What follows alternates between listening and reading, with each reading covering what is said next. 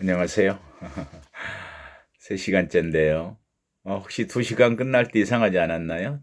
두 번째 시간 끝날 때?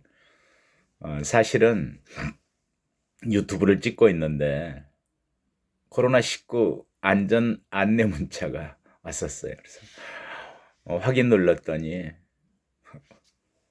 동영상 중단돼서 어, 마무리를 제대로 못하고 2시간을 끝냈습니다. 두 번째 시간 이야기할 때 이제 자유형에 대한 이야기를 했었는데 조금 더 이야기를 하죠. 대표적으로는 자유형과 금고형을 이야기한다 그랬는데 자유형은 그런 거 근대에 들어와서의 그 역사와 함께 시작됐죠. 자유형은 주로 이제 근대의 후반기, 18세기 이후죠. 1700년대 후반에 채용되게 된 형벌인데요. 이것은 인도주의가 대두됨에 따라서 사형과 신체형이 가혹한 것이고 억제돼야 한다는 생각이 이제 그 시대 정신으로는 퍼지게 되겠죠. 그래서 징역형 기간을 선택한다는 것에 의해서 형벌의 경중을 비교적 용이하게 할 수 있다는 편리성이 있잖아요. 죄 정도에 따라서 처벌이. 그래서 이제 등장하게 되었는데 또한 그 당시 이제 산업혁명 등에 따라서 산업 구조의 변화로부터 수용자들을 노동력으로 활용할 수 있다는 것들도 하나의 이유가 돼요. 자유형이 그러면서 증가하고 자리를 잡게 되는 거죠. 아는 이야기지만 징역형과 금고형은 잠깐의 설명을 할게요. 징역형은 적어두지 않았나요? Imposed labor 이렇게 이야기하죠. 한번 알파벳 적어볼까요?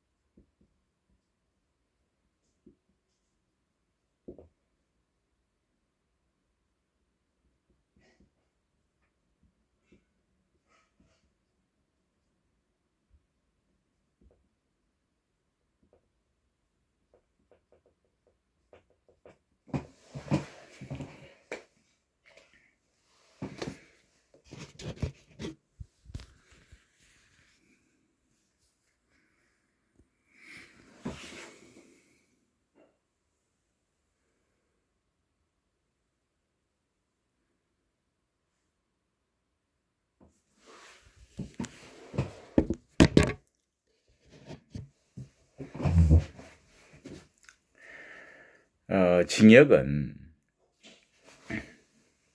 영어로 표기하자면 imposed labor, 그러니까 강제로 노동을 시키는 것이다. imposed한 것. 그리고 금고형은 노동을 하지 않아도 돼요. 징역형이 아니에요. 강제 노역이 없어요. 그래서 당시 우리 이제 명예형이라고 그렇게 이야기를 붙이죠. 그런데 이 부분은 신청에 의한 작업이 가능해요. 지금도 대다수의 많은 사람들이 교도소에 와서 금고형을 받고 들어온 사람들도 거의 대다수가 신청을 해서 작업을 해요. 왜냐하면 혼자 있는 방에 있을 때 심신이 피폐되는 걸 막기 위해서 마음도 몸도 망가진다. 그래서 오히려 작업장에 가서 사람들하고 이야기하고 운동도 되고, 그래서 이제 신청에 의한 작업을 대다수가 신청하기 때문에 요즘은 형사정책적으로 금고형을 꼭 둬야 되느냐, 두 형의 구별의 실익이 과연 있느냐, 이런 논의들도 이루어지죠.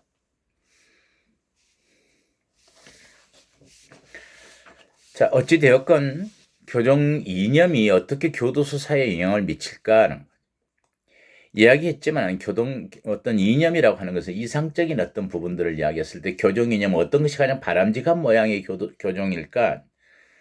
또 또 어떤 늘 교종 모델이라는 말이 나오는데 행영 모델, 교종 처우 모델은 어떠한 주도적인 이념이 그 시대를 교종을 꾸려가느냐 그런 내용들이 됩니다.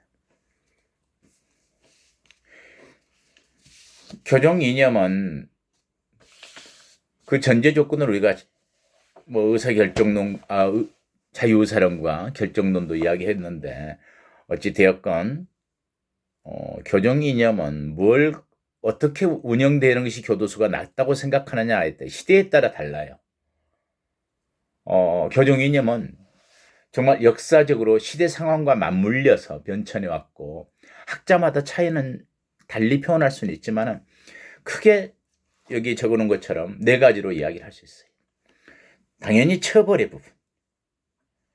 어떻게 형벌을 집행할 거냐, 그 죄에 대한 어떤 처벌을 줄 거냐, 이것이 교도소에, 교종에 해야 될 일이다.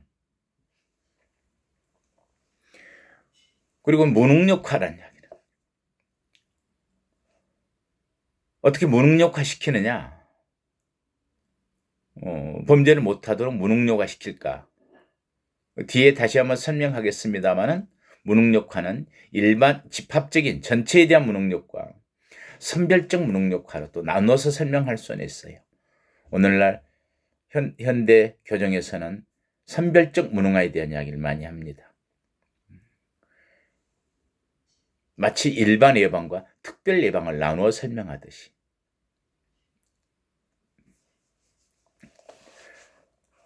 그리고 이제 그러한 무능력화, 그리고 억제, 디터런스, 범죄를 어떻게 억제할 수 있을까? 교도소에서. 이게 교정이다. 근데 억제라는 부분에서도 어떤 억제 방법들이 있겠죠. 강제성, 처벌, 이런 부분들에 대한 부분들까지를 이야기해서 억제한다.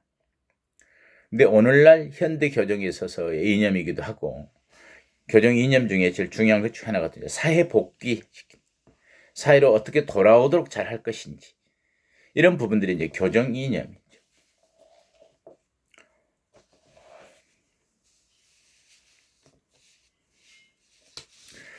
이런 이념에 따라서 교도소는 어떤 어떤 모습으로 바뀔까 하는 거죠. 그렇죠. 처벌을 위한 교정, 무능력화시킨다, 억제한다. 처벌을 위한 교정이라고 한다면은 말 그대로 정말 멀리 격리시키고 오랜 기간 격리시키고 처벌을 위해서 그 형벌에 맞게 가혹하게 잘못에 대한 처벌을 하는 것들에 대한 교정 이념들이죠. 초창기 교도소의 이념들. 그리고 무능력화시킨다, 억제한다는 것은 다시는 범죄를 하지 않도록. 왜 범죄를 했을까? 범죄자는 환자야. 그러니 이 환자에 대한 치료를 해야 되는데 문제가 있기 때문에 그 문제에 대한 억압이나 강제성이나 이런 부분이 있겠죠.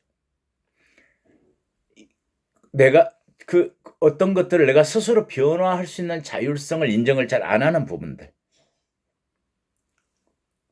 그런데 억제 중에서도 그걸 이제 앞에 부분을 뒤에 설명하겠지만 의료적인 치료적인 부분으로 보느냐.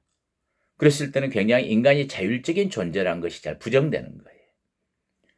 그런데 억제 부분들에 있어서도 제사회화적인 개념들, 네가 1차적인 사유가 잘못됐는데 2차적인 제사유화를 어떻게 할까? 이런 부분들인데, 물론 강제성이 있지만은 뭘 인정해 주느냐?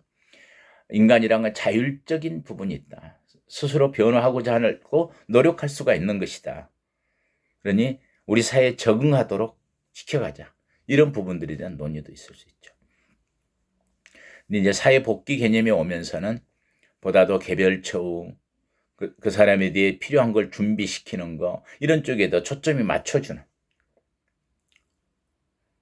이렇게 교정 이념은 변해오기도 하고 같은 시대, 동시대에 다 필요성이 있지만 어느 것이 더 주도적인지. 그래서 뒤에 말하는 행영 모델, 이렇게 이야기를 했는데, 행영 모델, 요즘은 교정 처우 모델이라는 말로 많이 써요. 왜냐하면 행영과 교정이 동시에 같은 말로도 써요. 행형은 말 그대로 형벌에 대한 행정이잖아요. 그래서 그러다 보니까 어떤 부분이냐면 어떤 법률적인 부분, 관리 부분이 강해요. 소위 질서의 부분에 대한 개념이 더. 그런데 교정의 목표, 교정의 이념의 측면, 그래서 행형에 대해서 이념적 측면을 더 강조하는 부분의 것을 우리는 교정이라고 한다. 두 개 개념을 이해하시겠어요?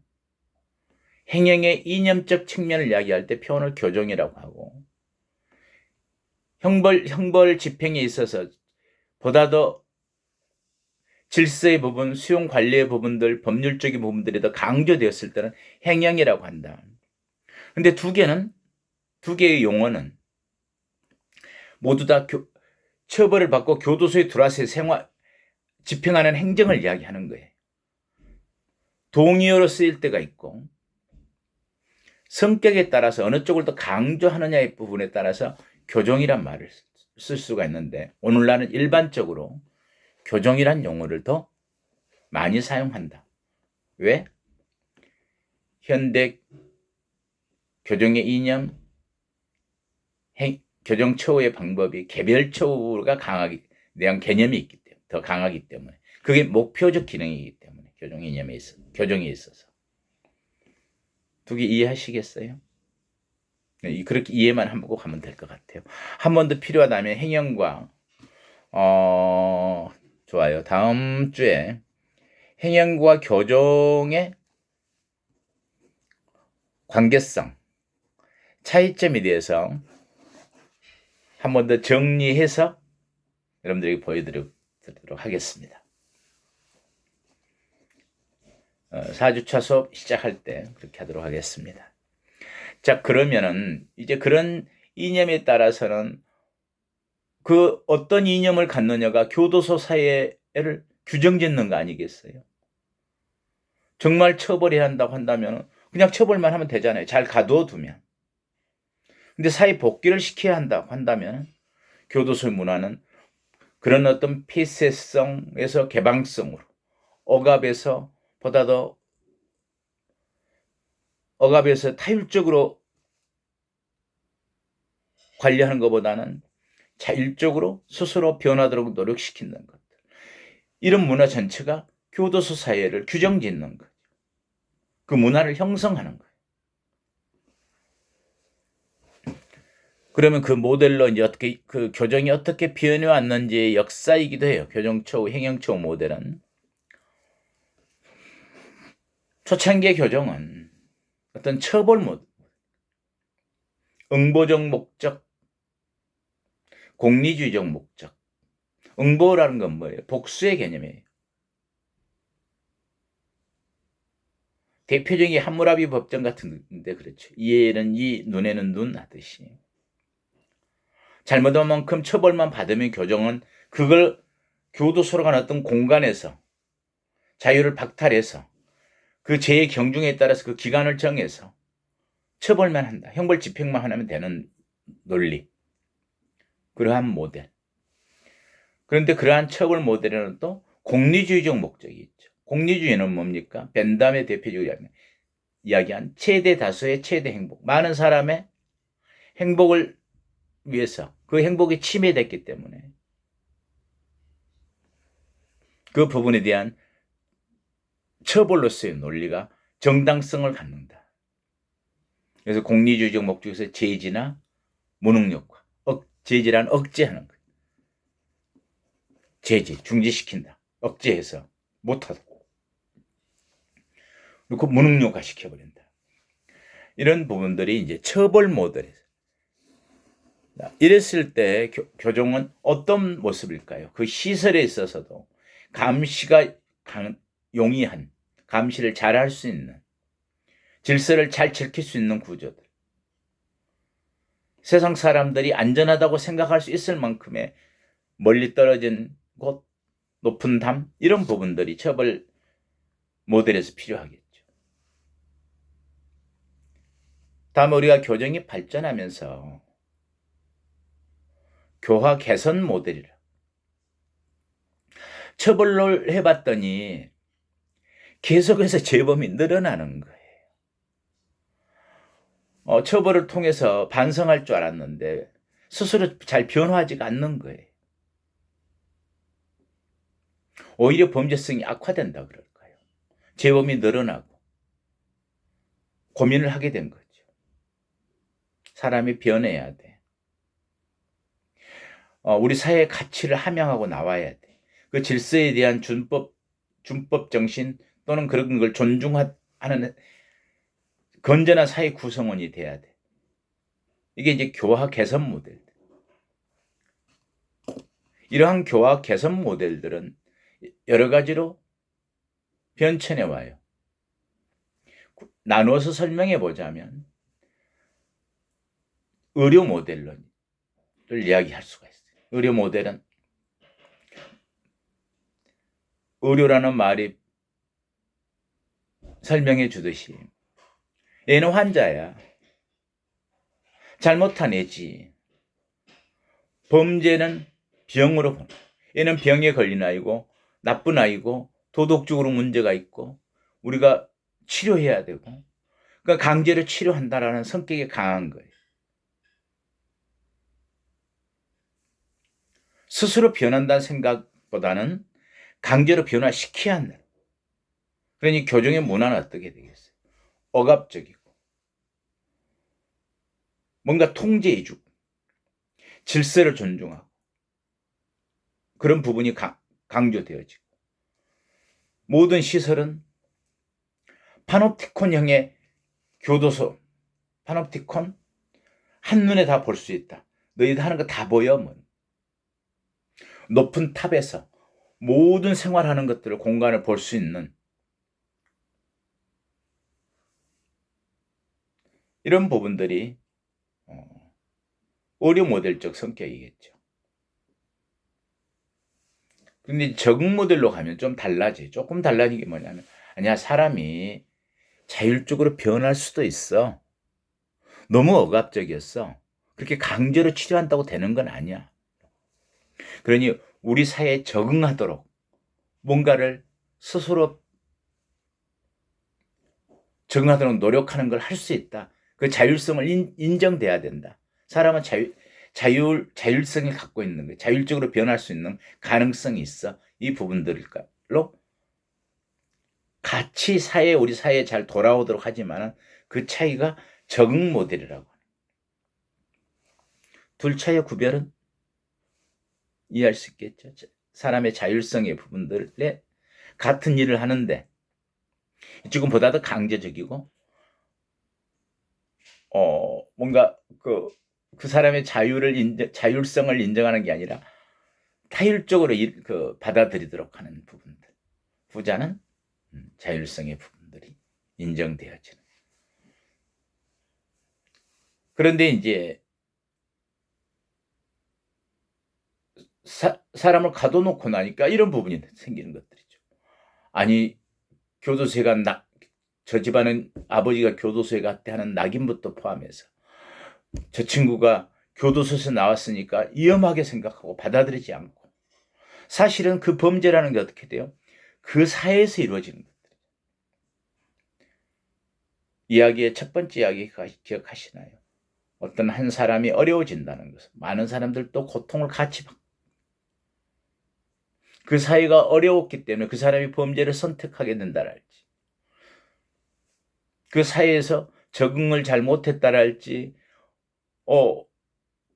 어쩔 수 없이 그 사회가 보살피할 부분도 있고 사회가 해야 될 일을 잘 못했기 때문에 소위 복지나 어떤 그런 사회 복지적 정책이 안 이루어졌기 때문에 가난 때문에 절도를 한다랄지 하는 문제를 포함해서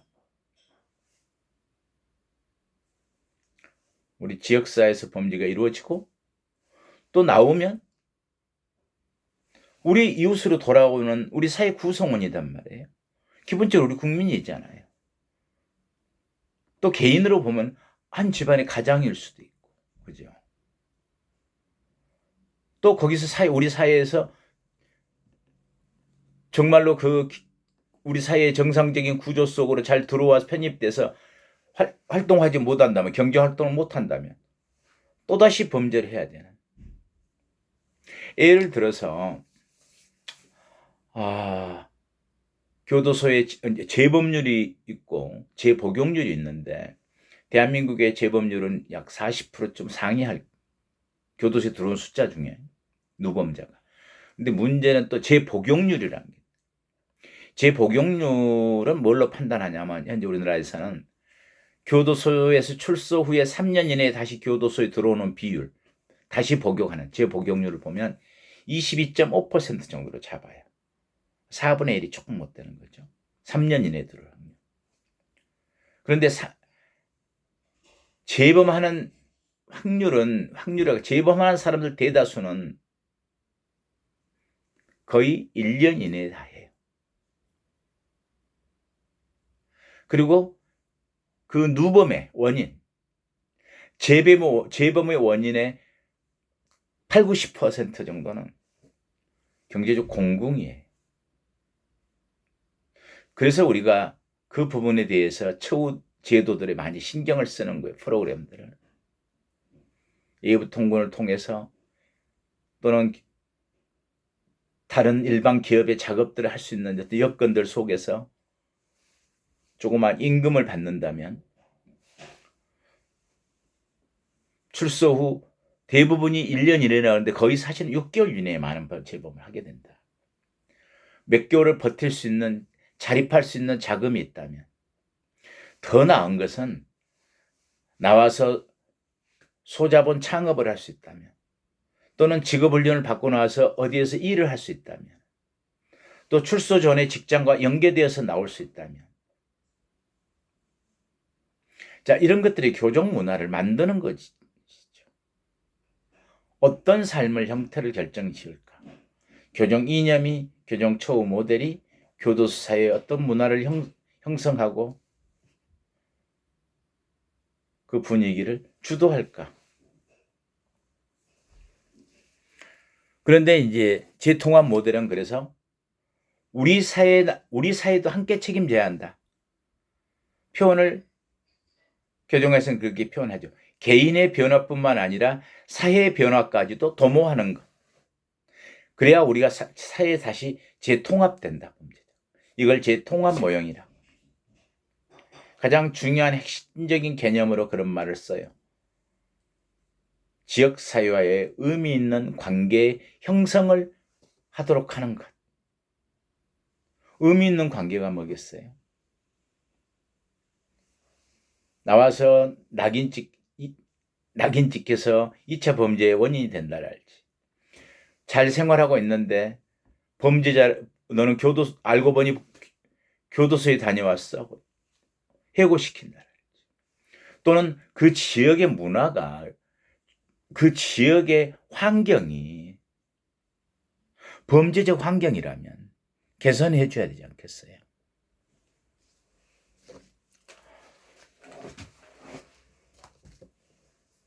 자, 이런 표현을 한번 써볼게요. 미셀 푸코라고 하는 학자가 이런 말을 해요.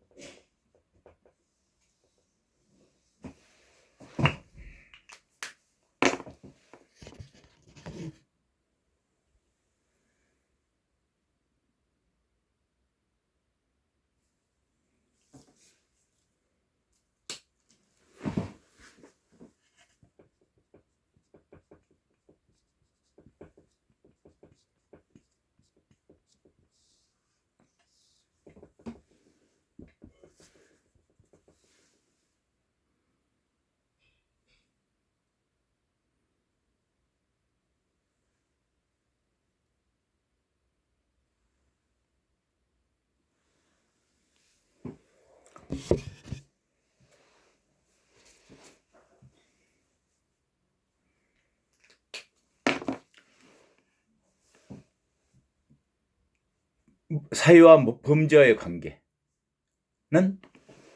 늪과 모기와의 관계와 같다. 좀 바꿔서 이야기하는 게 더 쉬울까요? 범죄와 사유와의 관계는 모기와 늪과의 관계와 같다. 늪이 있는데 모기가 안 생기겠어요? 우리 지역사회 속에서 범죄의 환경이 돼 있다면 어쩔 수 없잖아요. 또.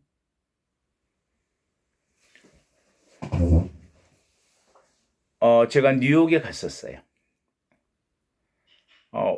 뉴욕에 갔었을 때인데, 그때 이제 텍사스로부터 미국의 교정을 보기 위해서 돌아서 마지막 코스에 뉴욕을 가는데, 그때 안내해 주셨던 분한테 슬럼가를 가고 싶다 그랬어요. 저 말을 증명을 하는 기사가 하나 났었는데 어떤 내용이냐면, 미국의 미 슬럼가에 비벌리 타운입니까? 미국에 가장 잘 사는 동네하고 그 미국의 슬럼가하고 이렇게 붙어 있어요. 거기를 쭉 지나서 해안가로 가면 맨하탄으로 가고, 입구 쪽 반대로 가면은 미국의 큰 그 내셔널 파크 공원도 있고 하는 것이죠. 근데 그 기사에 어떤 내용이 났냐면, 흑인들이 많이 사는 그 슬럼가에 은행이 들어왔대요, 처음에. 자, 이 내용은 뭐냐면, 사람이 많이, 자본주의 사회에서는 사람이 북적거려야 장사가 되잖아요, 일단. 그런데 그쪽에 흑인들이 많았는데, 이제 처음에 큰 백화점에 들어간 거예요. 큰 백화점에 들어갔더니, 거기에 따라서 좀 이따 은행이 들어가는 거예요. 자, 그 정도의 변화가 되니까 주변이 굉장히 쾌적해졌어요. 밝아지고. 첫째, 밝아진 거예요. 밝아지고 환경이 깨끗해지고. 그러다 어떤 현상들이 나냐면, 조그만 점포들도 물론 생겼겠지만, 성공한 흑인들이 고향으로 돌아와서 집을 리모델링 하는 거예요. 점점 환경이 좋아졌어요. 놀랍게도 생각지도 않았던 범죄율이 뚝 떨어진. 그래서 그 현장에 가보고 싶었어요. 아, 그렇구나. 왜냐하면 그 박사학위 논문 쓸 때 그러한 것들에 대한 내용을 언급하고 싶어서 직접 가본 거거든요. 그래서 제 통합 모델은 이런 부분까지 고려하는, 범죄와 사회와의 관계는 모기와 늪과의 관계와 같다. 교정시설 내에서의 삶은 지역사회와 관계성이 원활해야 된다. 보다 더 개방적이어야 된다. 교도관들의 태도도 보다 더 친화적이어야 된다. 늘 질서, 통제 이런 쪽에서 개인의 보호, 원조, 지원, 직업훈련, 작업의 전념, 가족관계 유대 이렇게 바뀌어가는 거예요. 그런 모든 프로그램들이 바뀌겠죠. 저도 그런 걸 많이 해봤었습니다. 가족 만남의 날, 그래서 계절에 따라서는 특별한 날에는 갇혀있는 면의 공간이 아닌 야외에서 가족과 안에 있는 수용자가 한데 모여서 약간의 음식도 나누면서 자유롭게 면회할 수 있는 것, 이런 문화를 만들어낸다는 것은 그냥 만들어낼 수 있는 건 아니잖아요. 이런 부분들이었었는데, 결국은 그럼에도 불구하고 재범률이 높아지자 1960년대 말부터의 사회과학자들이 유럽에서 논의가 있었대요. 그런데 그게 하나의 모델로 자리 잡아가면서 현대 교정에서 좀 중요시되게 이해되는 게 사법정의 모델, 소위 공정 모델이라고 하는 부분. 왜 이렇게 재범률이 높지? 또 꼭 범죄를 하는 애들이 더 악랄하고 더 많은 범죄 횟수도 많지. 자, 그렇다면 우리가 정책적으로 위험한 범죄자들, 보다 더 전과가 많은 사람들은 아웃시키자. 쓰리 스트라이크 아웃 하듯이 초범, 재범까지는 뭔가 좀 더 허용적인 분위기, 이런 분위기가 있더라도 3범 이상에게는 선별적 무능화를 시키자. 이게 이제 사법 정의 모델의 논리들이죠. 이 부분들에 대한다면 교도소 사회는 어떤 모습일까요? 다음 주에는 이런 행정 모델, 교정 처우 모델과 교도소 사회 문화의 연관성을 좀 더 이야기할 겁니다. 특히 사법 정의 모델에 대해서 보다 더 많은 설명을 하고자 합니다.